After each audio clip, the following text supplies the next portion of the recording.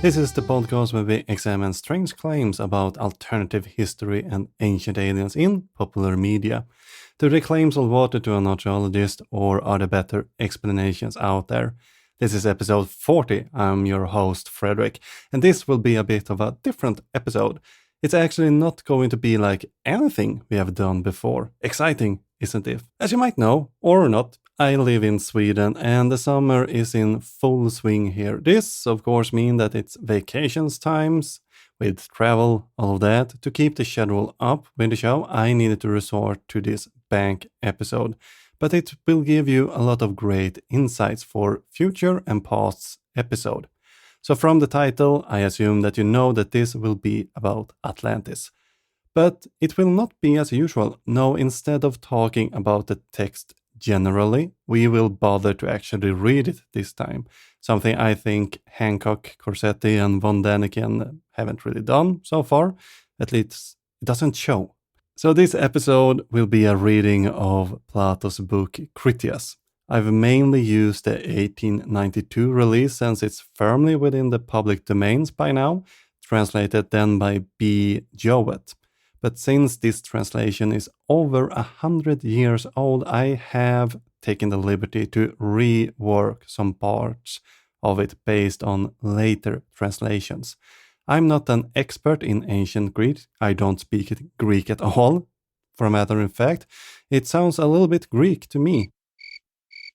Anyway, I used several different more modern translations that I've read in addition to this 1892 release, and I've used them to get as close as I can to represent Plato's ideas in the book, but with a more modern language. In addition, I've read a couple more studies on the book, trying to represent what's said in the text with the knowledge that we have today. Well, enough on this right now. If you want to check my work, it is possible as usual, since you find all the sources, resources, and further reading suggestions on our website, diggingupancientaliens.com. There you will also find info if you notice any mistakes or have any suggestions. If you like the podcast, I would really appreciate if you left one of those fancy 5-star reviews that I heard so much about. Well, enough of these dad jokes. Let's get into the episode instead.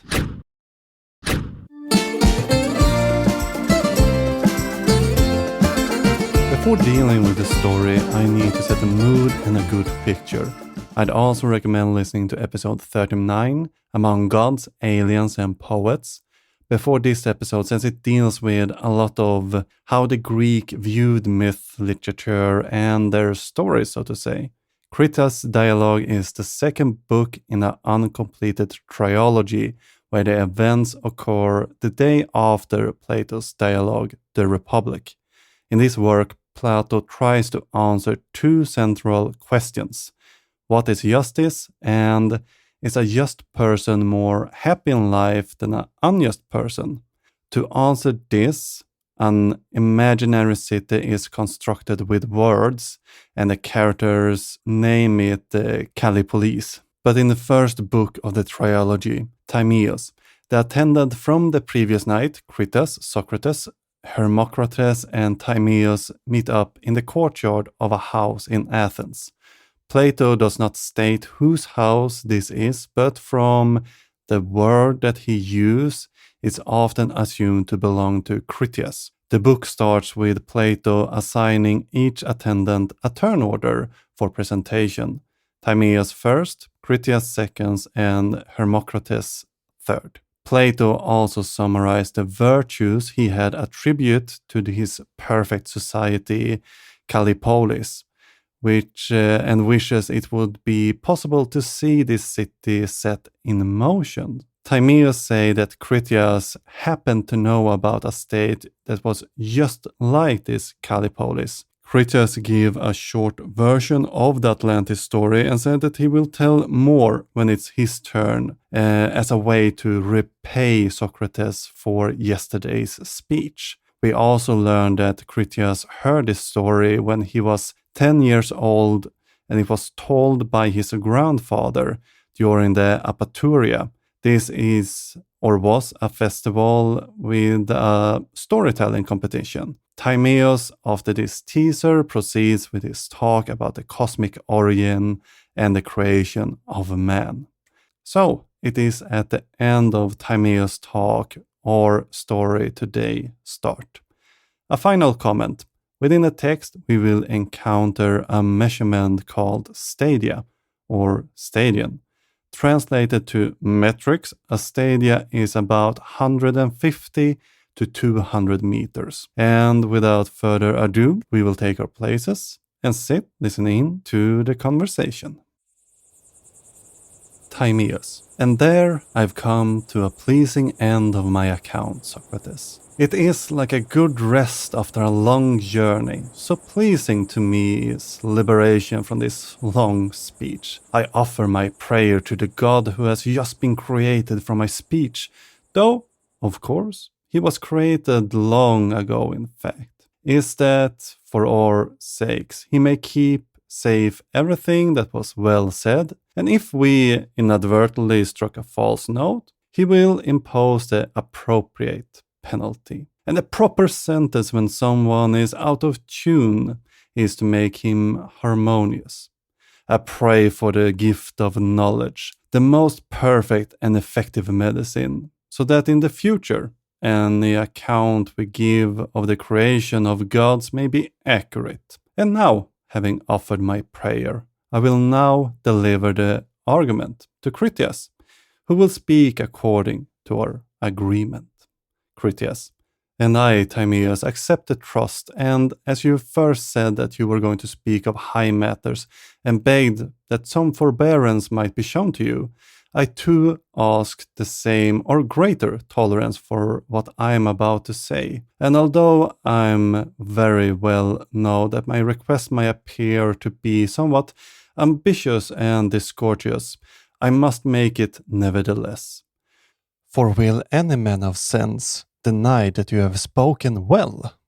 I can only attempt to show that I ought to have more indulgence than you, because my theme is more complex. You see, Timaeus, it's easier for someone to appear competent speaking to humans about gods than talking about mortal men. When the audience condition is one of inexperience and blatant ignorance of the topic, it's effortless for someone to address it. And we all know how we're placed when the issue is the gods. But I would like to clarify my meaning, if you allow me. All that is said by any of us that can be imitation and representation. For if we consider the likeness that painters make of bodies, divine and heavenly, and the different degrees of gratification with which the eye of the spectator receives them, we shall see that we are satisfied with the artist who is able in any degree to imitate the earth and its mountains,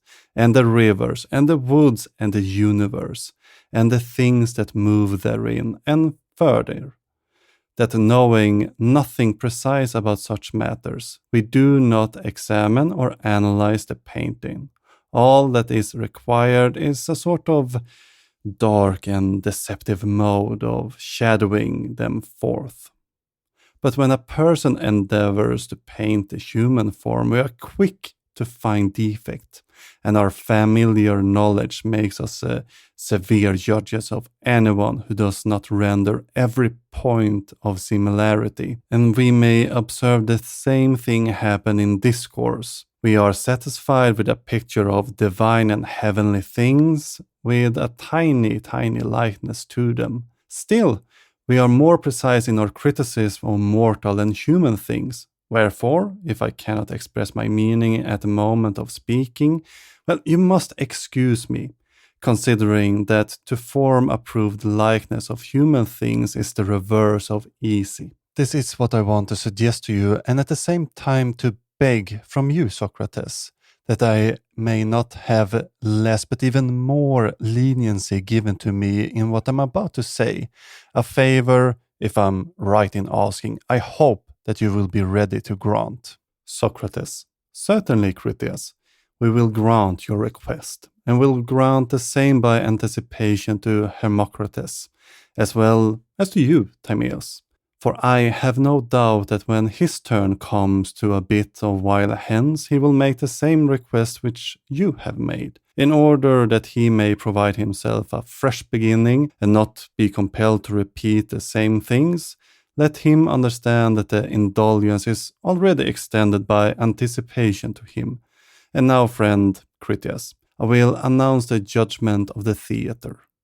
They believe that the last performer was wonderfully successful and that you will need much indulgence before you can take his place. Hermocrates.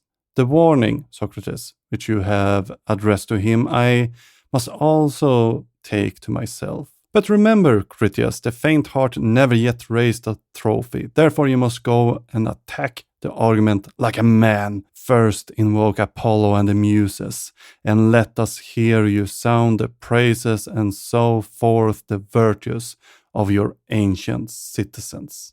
Critias. Friend Hermocrates, you who are stationed last and have another in front of you, have not lost heart as yet. The gravity of the situation will soon be revealed to you. Meanwhile, I accept your coercions and encouragements. But beside the gods, goddesses, and the muses whom you have mentioned, I would especially want to invoke memory. For all the essential part of my discourse is dependent on her favor. And if I can recollect and recite enough of what's been said by the priest, and brought here by Solon, I doubt not that I shall satisfy the requirements of the theatre. And now, making no more excuses, I will proceed.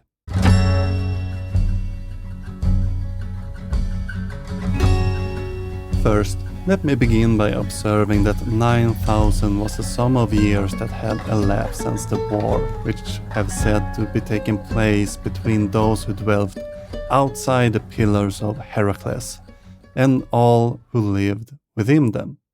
I will describe this war. Of the combatants on the one side, the city of Athens was reputed to have been the leader and to have fought out the war, and the combatants on the other side were commanded by the kings of Atlantis, an island which, as I said, was once larger than Libya and Asia. However, earthquakes have caused it to sink by now, leaving behind unnavigable mud, of which obstructs those who sail out there into the ocean. The progress of the history will unfold from various nations of barbarians, non-Greeks, and families of Hellenes, Greek families, which then existed as they successively appeared on the scene. Still, I must describe the Athenians of that day and their enemies who fought with them and the respective powers and governments of the two kingdoms. Let us give precedence to Athens. In the old days, the gods distributed the whole earth among themselves. There was no quarreling. After all, it makes no sense for the gods not to know what is appropriate for each of them. Since they do have such knowledge, it's illogical to believe that they would dispute claims and try to gain what's correctly belonged to another one of them. They all of them, by just distribution, obtained what they wanted and created communities in these lands.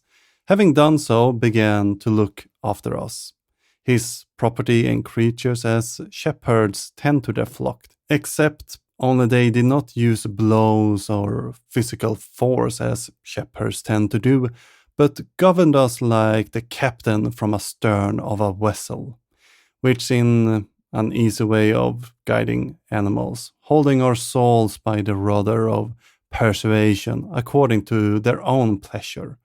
Thus did they guide all mortal creatures. Now, different gods had their allotment in different places, which they set in order. Hephaestus and Athene, who were brother and sister, sprang from the same father, also had a very similar nature and are united in their love of philosophy and art.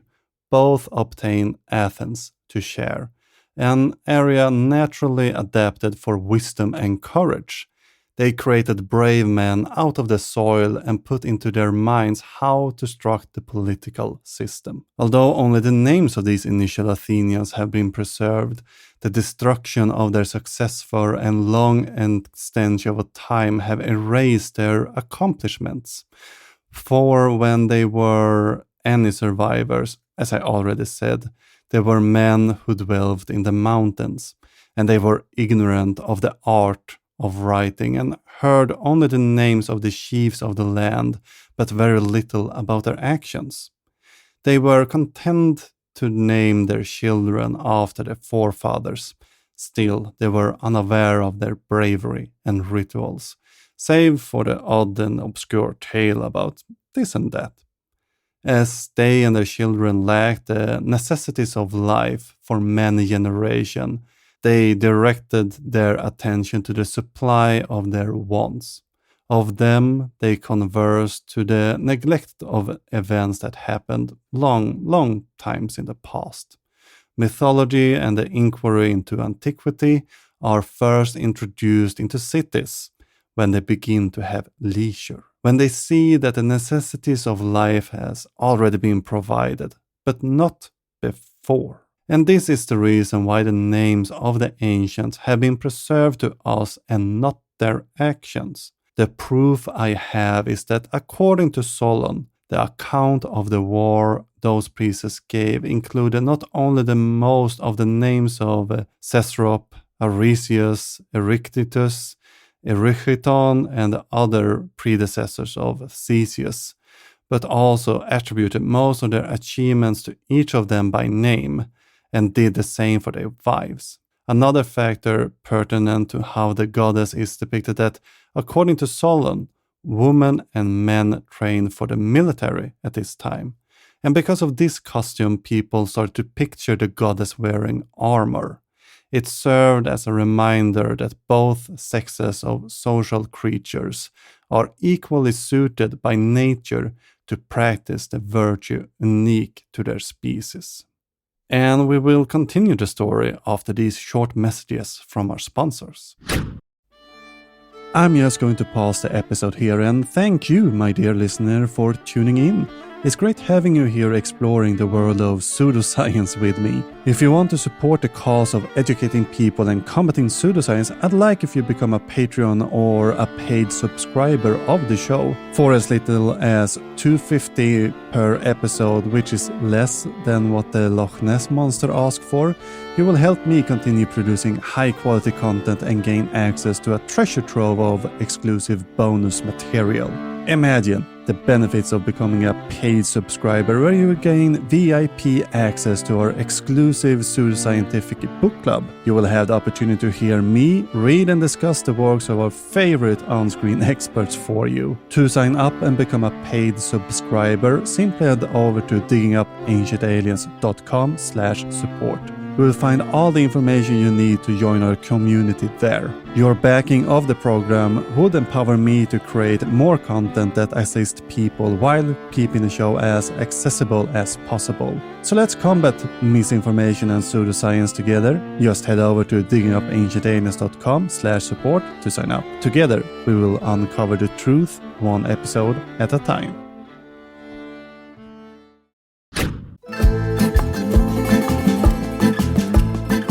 Now, the country was inhabited in those days by various classes of citizens. There were artisans, there were husbandmen, there were also a warrior class, initially set apart by divine men. The latter dwelt by themselves and had all things suitable for nurture and education. Neither had anything of their own. They regarded all they had as common property, nor did they claim to receive of the other citizens anything more than their necessary food. and they practice all the pursuit we described yesterday as those of our imaginary guardians. Concerning the country, the Egyptian priest said that what is not only probable but manifestly true, that the boundaries were in those days fixed by ischium, and that in the direction of the continent. They extended as far as the height of Cithaeron and Parnes. The boundary line came down toward the sea, with the district of Oropus on the right and the river Asopus on the border on the left. The land was the best in the world and was therefore able to supply a vast army raised from the surrounding people in those days. Even the remnant of Attica, Greece, which now exists, may compete with any region in the world for the variety and excellence of fruits and suitableness of pastures to every animal which provides what I'm saying. Still, in those days, the country was fair as now and yielded far more abundant produce. Why should we believe this image?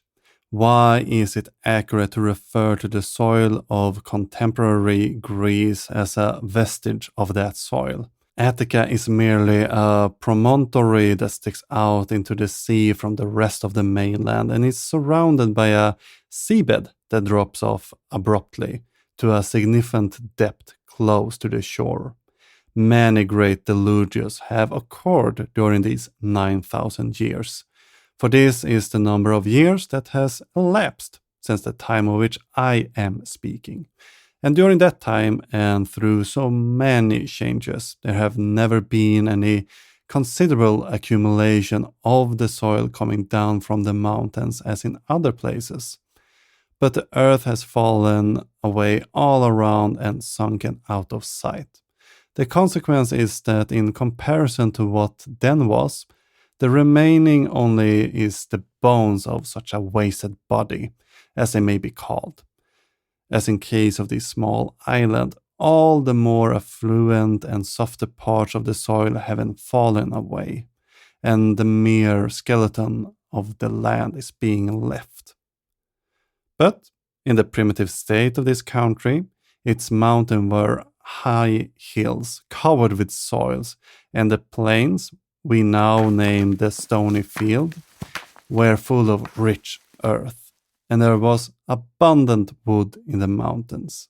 Of this last their traces still remain, for although some of the mountains now only afford sustenance to bees, not so very long ago there was still to be seen roof of timber cut from trees growing there, which were the size sufficient to cover the largest houses, that were many of other high tree, cultivated by man and bearing abundance of food for cattle. Moreover, the land reaped the benefit provided by Zeus of the annual rainfall, not as now losing the water which flows of the bare earth into the sea, but having an abundant supply in all places, and receiving it into herself and treasuring up in compact clay soil. It let off into the hollows the streams which is absorbed from the heights, providing everywhere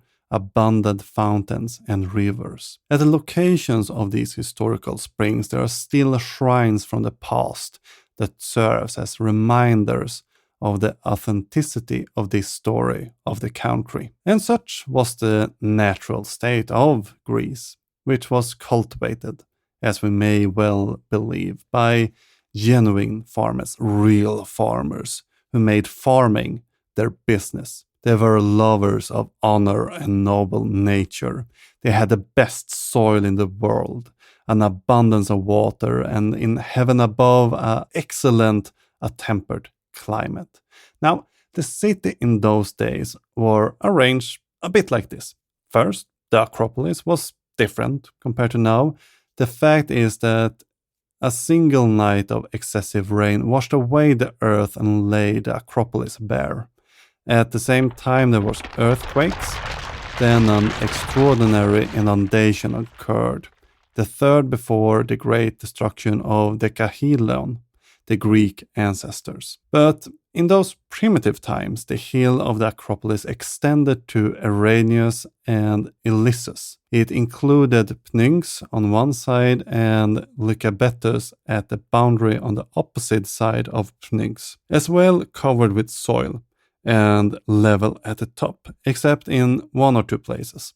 Outside the Acropolis, on the sides of the hill, dwelt the artisans and the farmers, working the ground nearby. The warrior class dwelt by themselves around the temple of Athene and Hephaestus at the summit, which they had closed with a single fence like the garden of a single house. On the north side, they have public buildings and erected dining halls to use during the winter. They had all the facilities which they needed for their everyday life. The temple were not adorned with gold and silver, for they did not use metals for such a purpose. They only took middle course between meanness and ostentation.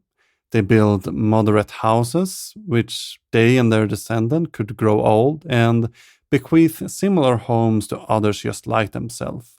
But in the summer times they left their gardens and gymnasium and dining halls and went to the southern side of the hill to use them for the same purpose. Where the Acropolis now is, there was a single fountain, which was unfortunately choked by the earthquake and has only left a few small streams which still exist in the vicinity.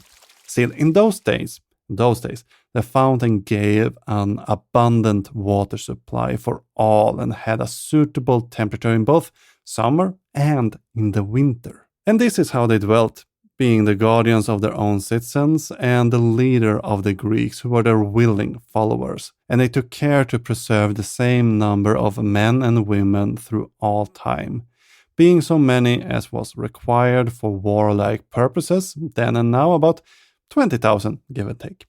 Such were the ancient Athenians, and after this manner they righteously administered their own land and the rest of Greece. They were renowned all over Europe and Asia for the beauty of their persons and for the many virtues of their souls. And of all men who lived in those days, they were the most illustrious. And next, well, if I have not forgotten what I heard as mere child, I will impart the character and origin of Athens' enemies. Friends should not keep their stories to themselves, but have them in common. Yet, before proceeding further in the narrative, I ought to warn you that you must not be surprised if you should perhaps hear Greek names given to foreigners and non-Greeks. I will tell you the reason for this. Solon, who intended to use the tale for his poem, inquired into the meaning of the name and found that the early Egyptians, in writing them down, had translated them into their own language, and he recovered the meaning of several names, and when copying them again, translating them into our language. My great-grandfather Dropides had the original writings, which is still in my possession and was carefully studied by me as a child. Therefore, if you hear names as used in this country, you must not be surprised, for I have told you how they came to be introduced. The tale, which was of great length, begins a little bit as this. I have before remarked in speaking of the allotments of the gods that they distribute the whole earth into portions, differing in extent, and made temples and instituted sacrifice for themselves. And Poseidon, receiving the island of Atlantis for his lot, begat children by a mortal woman and settled them in a part of the island which I will now describe to you, looking towards the sea. But in the center of the whole island, there was a plain that is said to have been the fairest of all plains and so extremely fertile. Near the plain, still in the center of the island at a distance about 50 stadia, give or take, there was a mountain not very high on either side. In this mountain, there dwelt one of the earth-born primeval men of that country, whose name was Evenor. He had a wife named Luisip, and they had only one daughter named Plato. The maiden had already reached womanhood when her father and mother died. Poseidon fell in love with and, of course, had intercourse with her.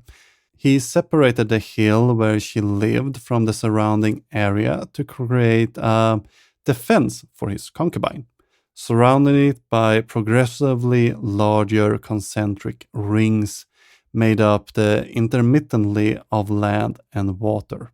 He created rings equally spaced from the center, with 2 rings made of land and 3 made out of water.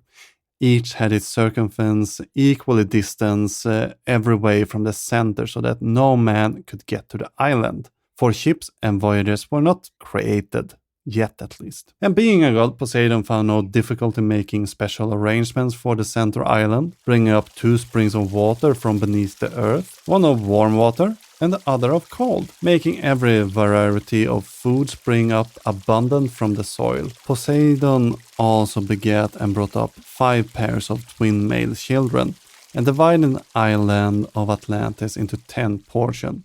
He gave to the firstborn of the eldest pair of twins the twins' mother's dwelling and the surrounding allotment, which was the largest and of course the best, and made the child the king over the rest of them. He made the others into princes and gave them rule over many men and a large territory. And he named them all the eldest. The first king he named Atlas. After him the whole island and the ocean were called Atlantis. To his twin brother, who was born just after him, had obtained as his lot the extremity of the island towards the Pillars of Heracles, facing the country which is now called the region of Gates, and in that part of the world he gave the name which in the Hellenic language is Eumelius, in the language of the country which was named after him, Gadrius. Of the second pair of twins, he called one Ampheres and the other Evamon. To the elder of the third pair of twins he named Menceus and Autochoton, to the one who followed him.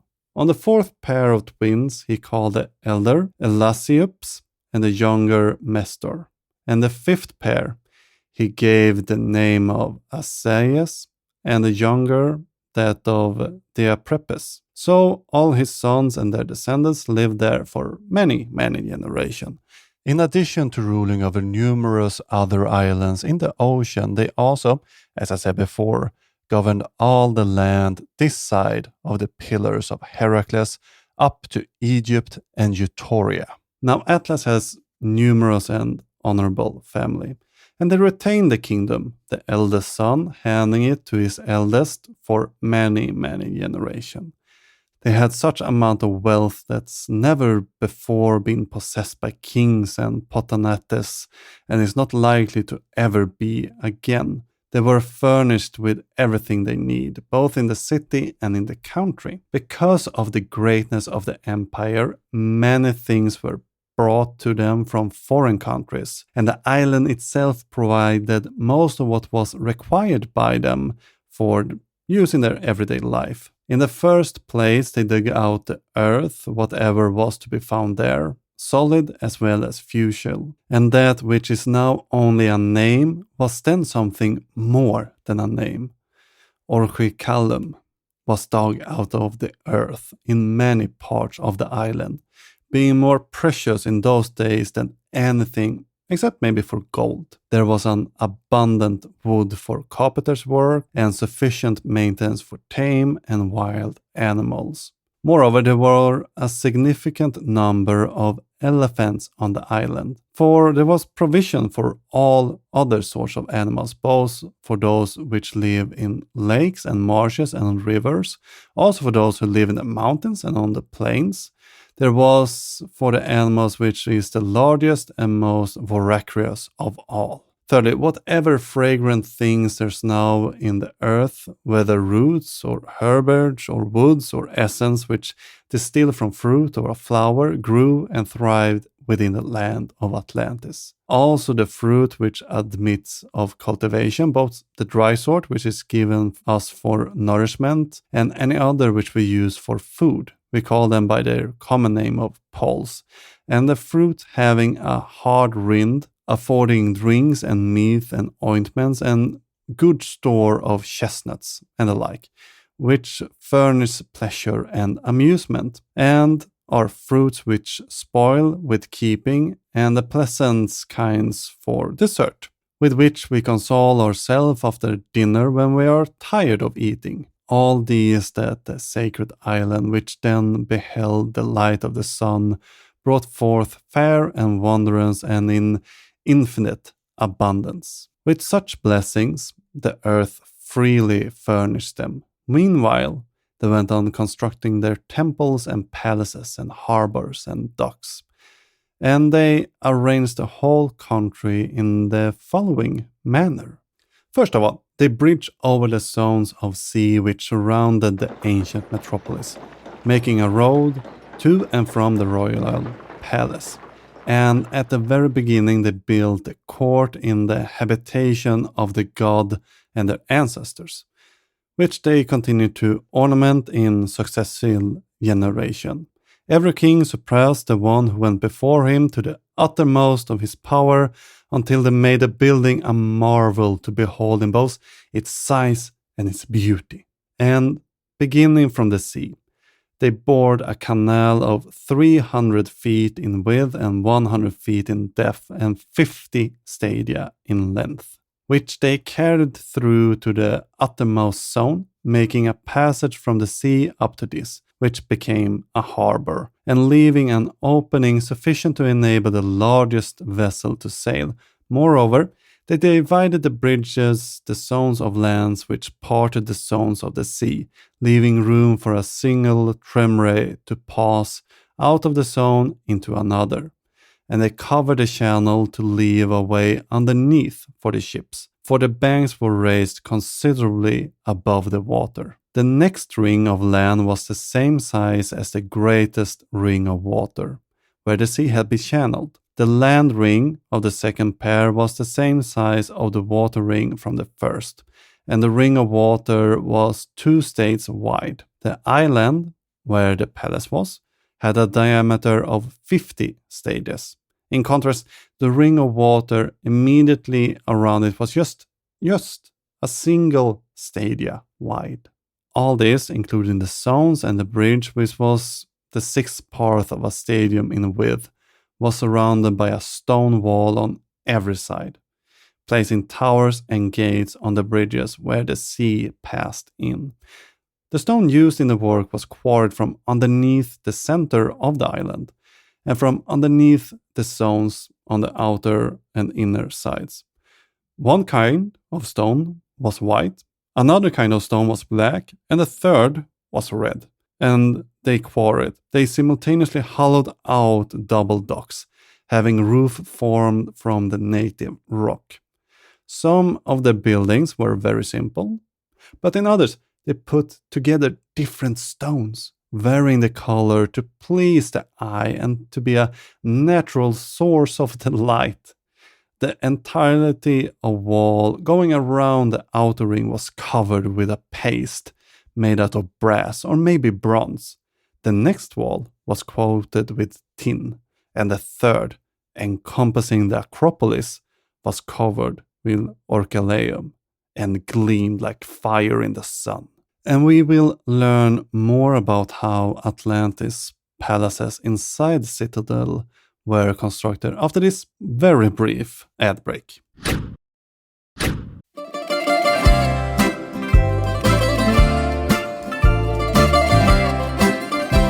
The palaces in the citadel's interior were constructed like this. Now, in the center was a sacrosanct temple dedicated to Plato and Poseidon, surrounded by a low wall entirely out of gold. And this was the spot the family of the 10 princes first saw the light. Thither the people annually brought the fruits of the earth in their season from all 10 portions, to be an offering to each of the 10.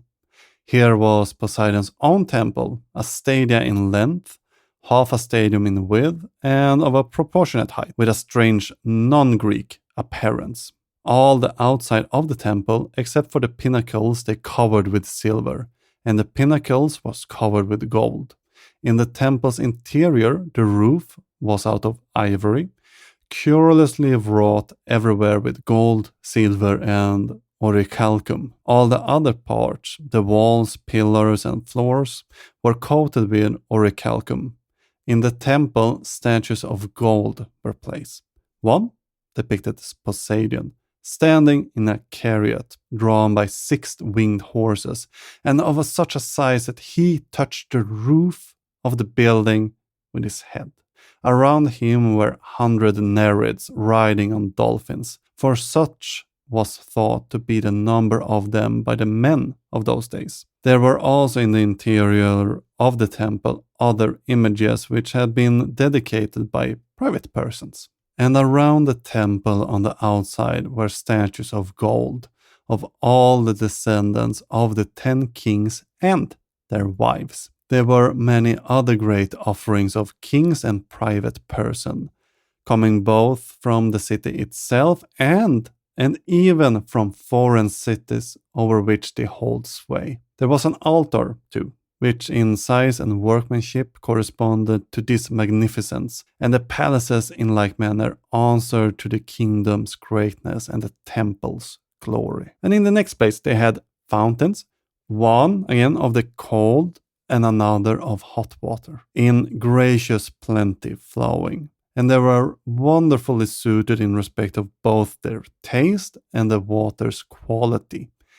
They constructed buildings around them and planted suitable trees. Also, they made cisterns, some open to the heavens, others were roofed over, to be used in winter as warm bath. There were the king's bath, and there was the bath of private person, which were, of course, kept apart. There were also separate baths for women, horses, and cattle, and each was appropriately organized. Of the water which ran off, they carried some to the grove of Poseidon, where were growing all manners of trees of incredible height and beauty, owing the excellence of the soil. At the same time, the remainder was conveyed by aqueducts along the bridges to the outer circles.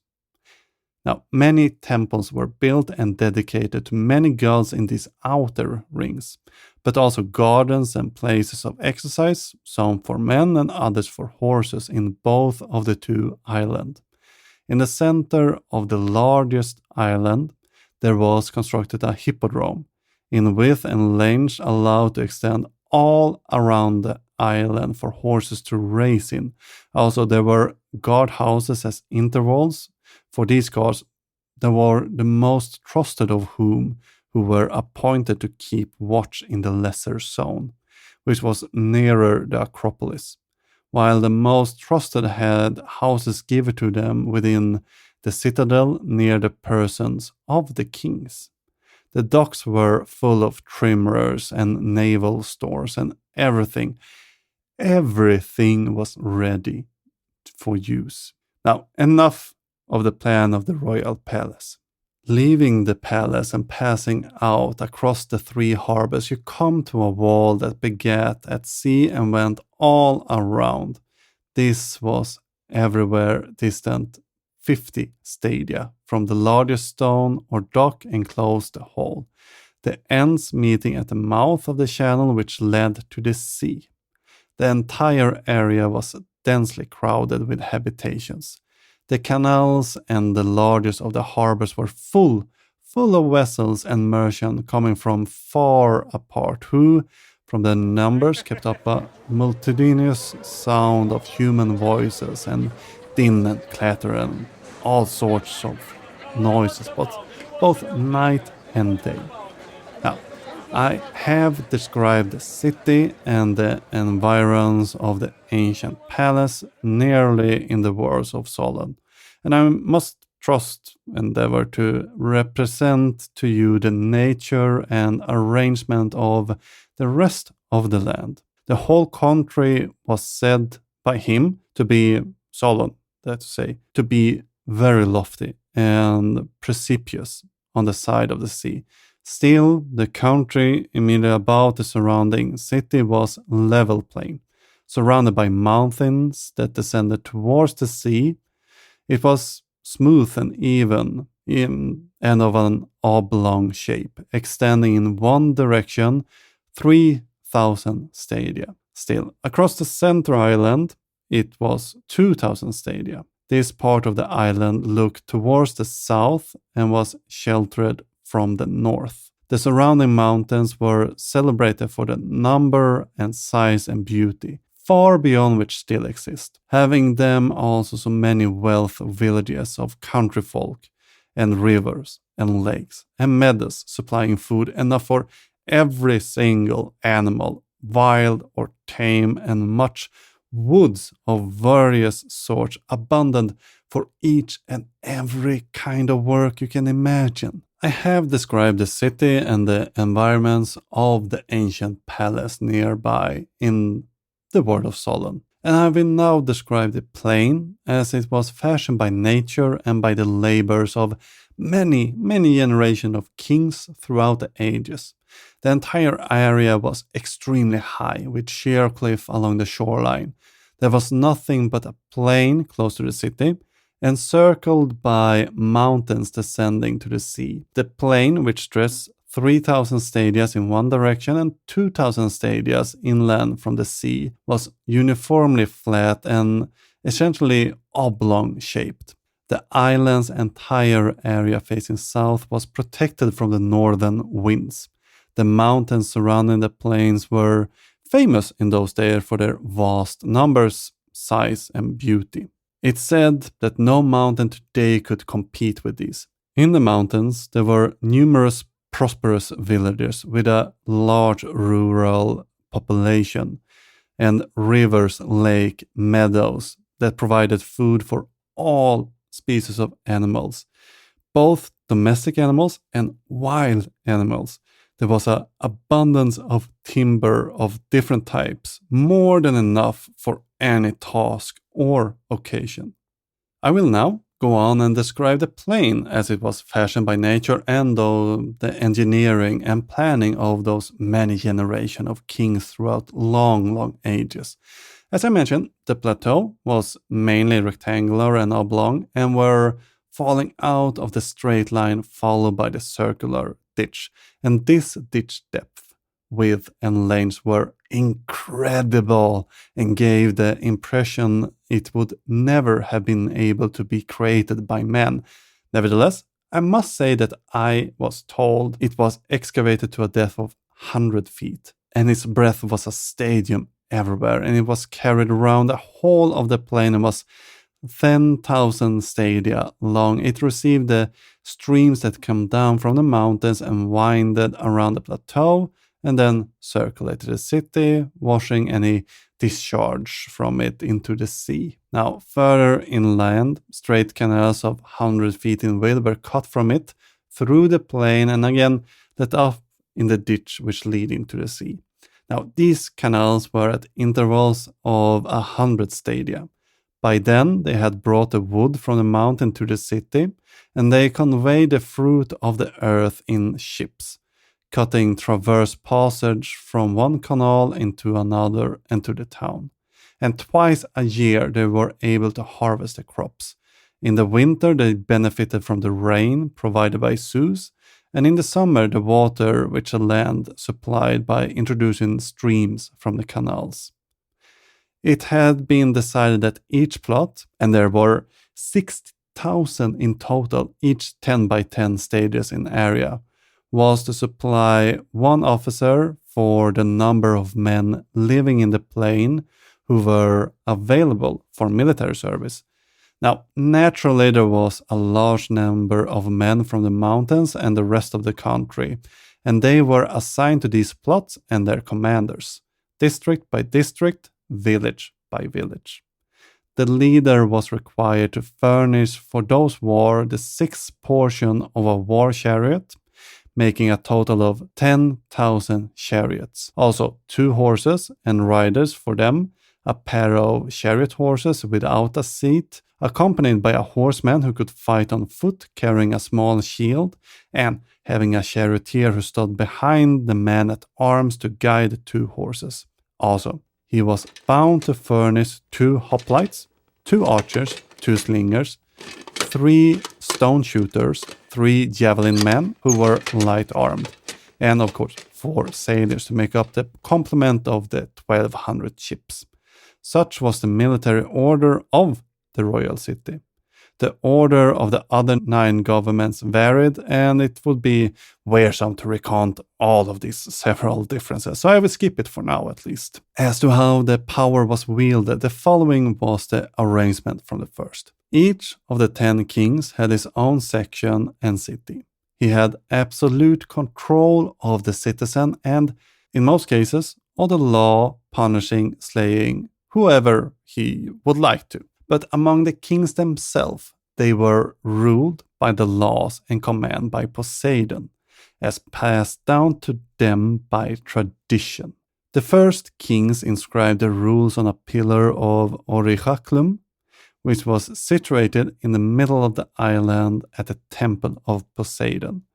The kings were gathered together there every 5th and 6th year, alternatively, thus giving equal honor to the odd and to the even number. And when they were gathered together, they only discussed matter of general interest. They also tried to test each other to see if any of the kings had transgressed against these central rules and commands by Poseidon. And if that had happened, they would try the offender in court. And this was performed as follows. At the temple dedicated to Poseidon were 10 consecrated bulls kept. When the 10 kings were alone at the temple, they would pray to Poseidon, asking permission to capture 1 sacrificial bull that would please the god. Armed with sticks and ropes, since metal weapons were not allowed here, they went and tried to caught one. And when they took it, they brought it to the temple and to the stele, where they cut the throat above the stele and let the blood wash over the inscriptions. It was not only the laws written on the pillars, but also a vow that would call down a horrible curse on anyone who broke the laws that was inscribed there. After slaying the bull according to customs, they burnt its limbs and filled a bowl of wine, and cast in a clot of blood for each of one of them. The rest of the bull was put in the fire after purifying the column and everything around it. Then they drew from the bowl in golden cups and poured a libation of blood and wine on the fire. They swore that they would judge according to the pillar's law and punish those who had transgressed them at any point. For the future, they would not, if they could help, offend against the writing on the pillar, and would neither command others nor obey any rulers who commanded them to act otherwise than according to the laws of their father, Poseidon. This was the prayer that each of them offered up for himself and his descendants while drinking, and dedicated the cup out of which he drank to the god Poseidon. After they had supped and satisfied their needs, when darkness came and on the fire above the sacrifice was cold, they all put on the most beautiful azure robes. Then, while sitting on the ground at night, by the embers of the sacrifice by which they had sworn, after turning out the light in the whole temple, the kings received and gave judgments, if any of them had accusation to bring against any one of them. When they had given judgment at daybreak, they wrote down their sentences on a golden tablet. They dedicated it together with their robes to be a memorial. Many special laws affected the kings, all inscribed in the temple and on the stele. The most important was the following. They were not to take up arms against one another, and were all to come to the rescue if anyone in their cities attempted to overthrow the royal house. As their ancestors, they were to deliberate in common about war and other matters, giving supremacy to the descendant of Atlas. And the king could not sentence his relatives to death unless most of the 10 kings agreed with the verdict. So much for elaborating on the great power that was once resided in Atlantis. According to the story, the god assembled this force and sent it against certain regions for reasons listed below. For many generations, as long as Poseidon's spirit was strong in them, they followed the laws and got along well with the gods, who were their relatives. The people stuck to principles they perceived as true and perfectly wise. Due to their practical manner and in which they reacted to changes in life, they looked down on everything except virtue. The people of Atlantis saw their prosperity as trivial and could easily bear the burden, as one might say, of the amount of gold and other possession. Even if they had large amount of wealth and luxury, they were not overcome with greed and drunkenness. They saw that while prosperity and wealth are good, it's better with friendship and virtue. That wealth might disappear and friendship wither from materialistic goals and ambitions. With all of this noble reasoning and divine spirit they had within them, they could thrive in all the ways I brought up. But the Holy Spirit within the people of Atlantis started to shrivel and fade due to the constant delusion of the divine with mortality. The mortal side started to become the dominant part of their soul, making them incapable of bearing the heavy load of their prosperity. Corruption grew among them. Anyone with sight could see the vileness of their action as they started to destroy the grandest of their valuables. However, those blind to the true way to happiness would see this as the Atlanteans finally having the most desirable and enviable life. When the noble reasoning was gone, the Atlanteans got infected by greed and a thirst for power. Zeus, the ruler of the gods, who governed by law, was bestowed with the eyes to see these type of things. He could see the rot taking hold of the divine bloodline and wanted to punish them, bring by punishment more harmony into the life of the people. Zeus summoned all the gods for a meeting in one of the most beautiful, wonderful halls in his home. This place is located in the center of the universe and has a view of the whole creation. And when the god had taken their seats, Zeus said, well, what Zeus said, we actually don't really know. Plato never finished his story, or the third book for that matter in the series, which would have been the speech from Hermocrates. But I'm sure that end would be the Atlanteans' win over Atlantis due to the virtues and intelligence over strength. But the gods ultimately punish everyone with one of the deluges that of course took place to make Critias' story work. But this story will serve us in the next episode when we will deal with Jimmy Corsetti's claims about the location of Atlantis. See, there was a grander plan with all of this all along. But till then, remember to leave a positive review anywhere you can, such as iTunes, Spotify, or even better, to your friend in the trench. I would also recommend visiting diggingupancientaliens.com to find more info about me and the podcast. You can also find me on most social media sites, and if you have comments, corrections, suggestions, or you're hankering to write an email in all caps, you find my contact info on the website. There you also find all the sources and resources to use to create this podcast. You also find further read suggestions if you want to learn more about the subject. Don't forget that we have a membership thing going on the website, and you can find that at diggingupancientaliens.com/support. And if you want a truckload of bonus content and early releases, you can instead head over to archaeologypodcastnetwork.com and become a member. Not only do you get an ad-free version and bonus stuff, but you also get all the programs, the network's programming's bonus stuff. Now, Sandra Murtelor created the intro music, and the outro, as usual, is by the band called Trallskruv, who sings their song Tinfoil Hat. Links to both of these artists can be found in the show notes. Until next time, keep shoveling that science. Men jag skyddar mig för jag har foliehatt. Och så säger ni det är en galen fantasi att aliens manipulerar oss med telepati. Ni tycker att jag redan är besatt, men jag skyddar mig för jag har foliehatt.